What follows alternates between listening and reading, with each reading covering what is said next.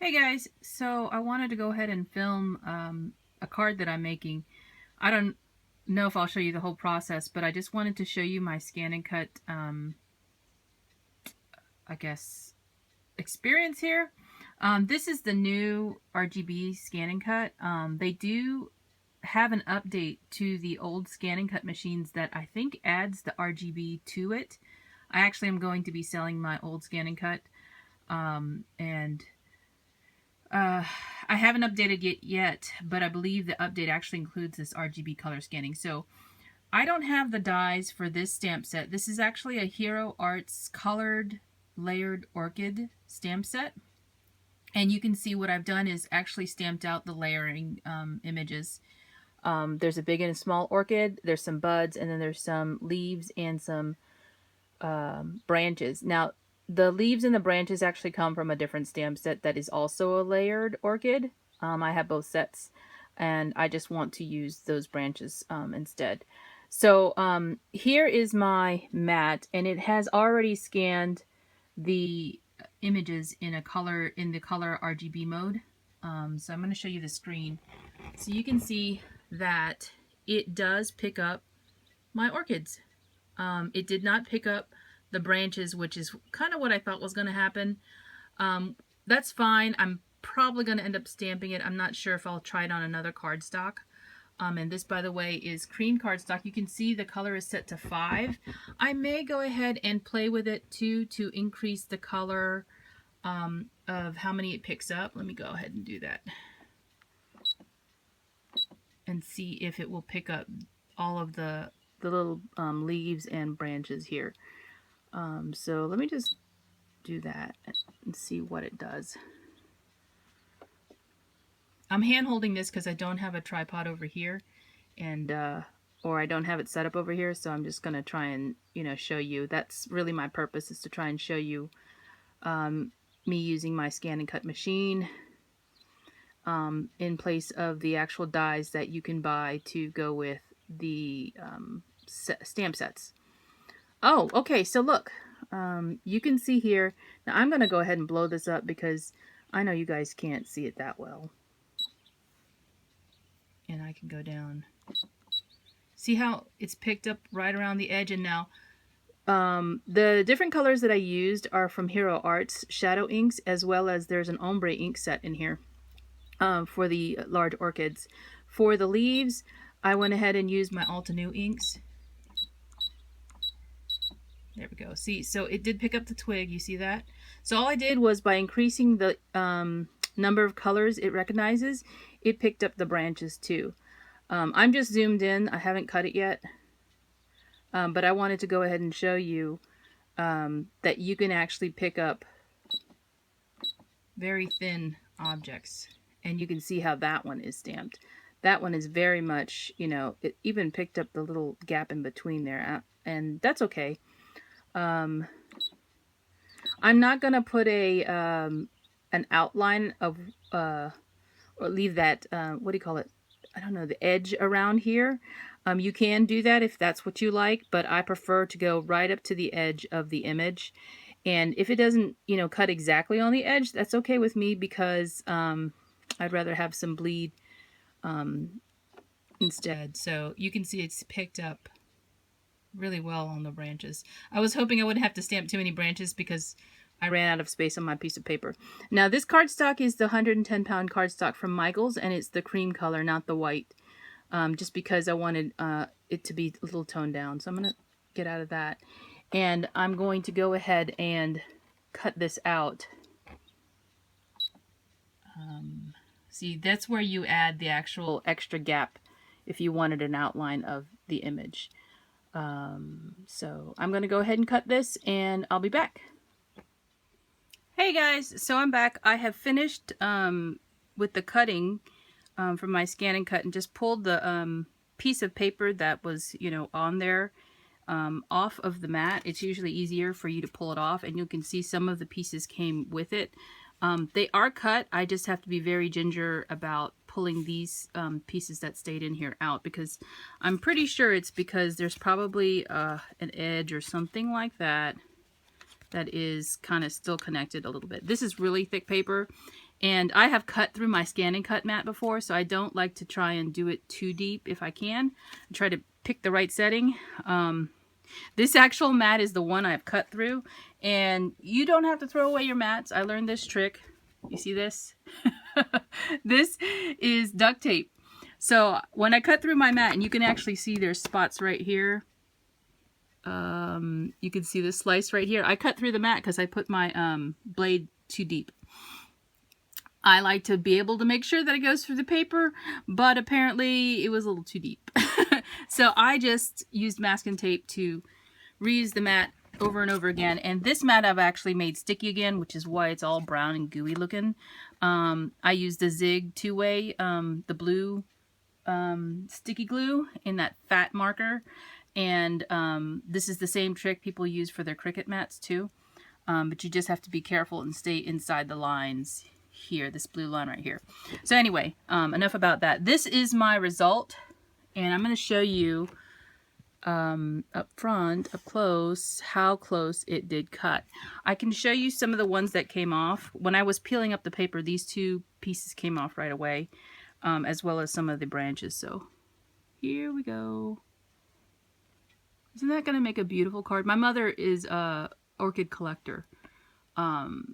She's a very avid gardener, but orchids are something that she really loves. So I wanted to make this card for her because her birthday is coming up in May. It's right around Mother's Day, so I have to do both a birthday card and a Mother's Day card in the same time frame because they're so close together.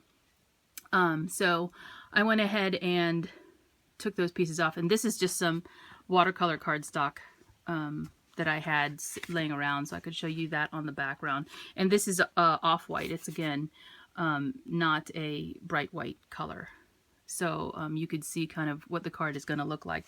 And let me go ahead and show you the inks that I used as well as the stamp sets. Surprisingly enough, well, not surprisingly enough, these are the inks that I've used, and I've never really played with these as much. I had to really check my color combination to see what I like the best. If you could look over here, there is a front over here, a card front over here, and I had started this and messed it up, so I wanted to try it again. I didn't want it to let it beat me. So I actually changed the color combinations when I did that. And so this is the darkest color in the layering stamp. There's 3 layers for each of the orchids. This is the darkest layer. This is the lightest layer, and the color of the lid doesn't show you the color of the ink, so you can see that here. These are shadow inks, the midtones. This is grape juice, and this is passion flower. And then the middle color, I actually used my Ombre ink pad, and I stayed towards the top of the pad, the lightest color. So I kind of played between the light color and the middle color to get my middle layer. And so those were the inks. And for the orchid flower itself. And then here's the Altenew inks that I used for the leaves and branches. This says frayed leaf, and this says forest something. Forest. See, they should not have done that. I still can't read that. Glade? No. Something. It says forest something.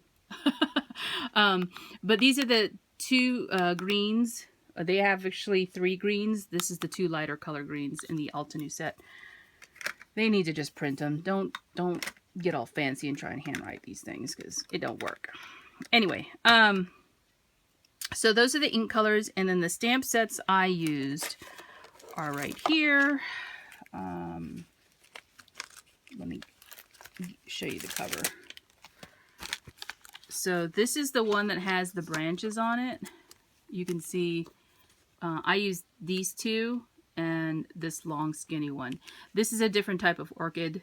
It's the smaller kind of orchid. I don't know the names anymore. I've forgotten because they do have a name. But I wanted to make the larger ones for the card. So I just use these 2 layers. There's a 3rd layer, which is right here, and I didn't use it. And then this branch here is what I used. And then, and that one is called, where's the cover? Okay. That one is called Layering Orchid in a Pot, or Color Layering Orchid in a Pot. And then this one is just, the other one is just called Color Layering or Large Orchid.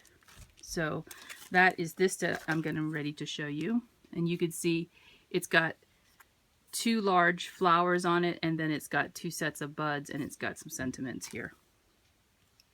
So those are the stamp sets that I used, and that's the result of my cutting with the RGB coloring recognition on my Scan and Cut. Here are actually the stamps themselves. You can see they're pretty stained now.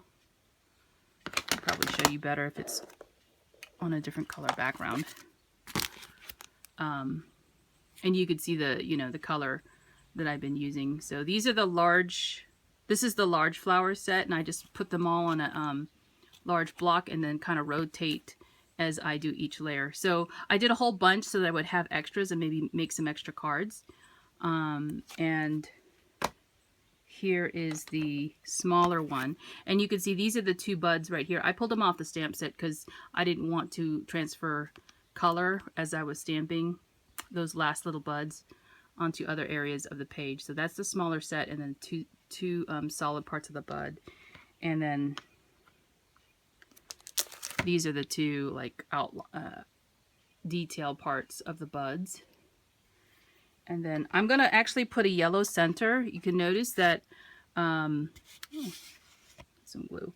You can notice that there's a white center here inside of each of the flowers. And that is a result of the stamp, the way it's designed. So what I'm going to do is put a yellow center, and it comes with them. There's two different centers in 2 different sizes. And I'm just going to use this Warm Sunshine from Altenew. I like the intensity of the yellow. Not that I don't have another yellow, it's just right next to me, so, or it's already out, so that's what I'm going to use for the centers of all the orchids. So I'll be back to show you my finished card or cards, and I'll be right back. Hey guys, so I'm finished with my card, and I hope you've enjoyed seeing what I did to create it. I went ahead and pulled out some more of my stamps for the sentiments. This is a Mama Elephant stamp. It's called the Many Messages stamp, and I used a Happy Mother's Day stamp. I actually ended up making this card a Happy Mother's Day card, and the other card that I made for her, which is using one of the Anna Griffin kits, is going to be her birthday card. So that's the sentiment I used, and I actually used the tags that go, there's a tag die that fits these all these little sentiments on here, and it has 4 different tags right here. So I just cut a couple of these out of some cardstock I had laying around, some scrap, and used that. And I also used this Sending Big Hugs. This is a Simon Says stamp, and it's called Big Scripty Greetings. I love this set. You can see it's very well loved. And then I again used the same inks that I had used for the orchids. The Ombre on the inside, and this for the little tag. Excuse me, there's this thing tickling me. So here's my finished card, and I think this is 5x7.